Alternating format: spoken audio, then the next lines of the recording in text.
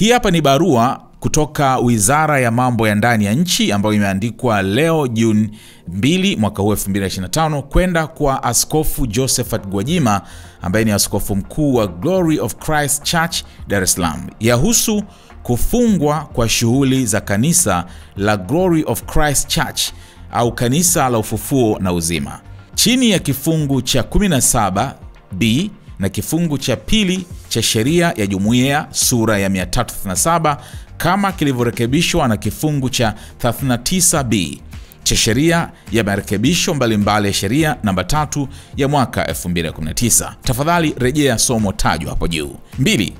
Katika siku za hivi karibuni kupitia vyombo vya habari na mitandao ya kijamii umeonekana ukiwa katika mimbari ya kanisa la Glory of Christ Church au kanisa la ufufuo na uzima ukitoa mahubiri yenye mwelekeo wa kisiasa na nia ya kuchonganisha serikali na wananchi.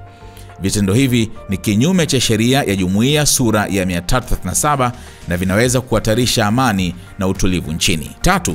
Kwa mamlaka niliyopewa, ofisi ya msajili wa jumuiya za kiraia inafuta usajili wa Glory of Christ Church au kanisa la ufufuo na uzima kuanzia leo tarehe 2 Juni mwaka 2025.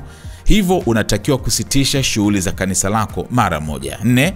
Chini ya kifungu cha 19(1) cha sheria ya jumuiya sura ya 337, kanisa lina haki ya kukata rufaa juu ya uamuzi huu kwa waziri wa mambo ya ndani ya nchi kupitia kwa katibu mkuu ndani ya siku 21 kuanzia tarehe ya barua hii. 5. Kwa amri ya msajili wa jumuiya za kiraia ambaye ni Emmanuel R.M.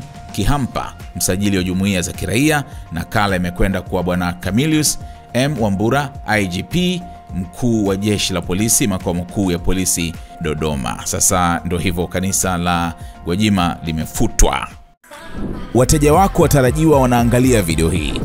Kama biashara yako ingeonekana pamoja na unachokiangalia sasa, wengi wangegeuka kuwa wateja wako wapya.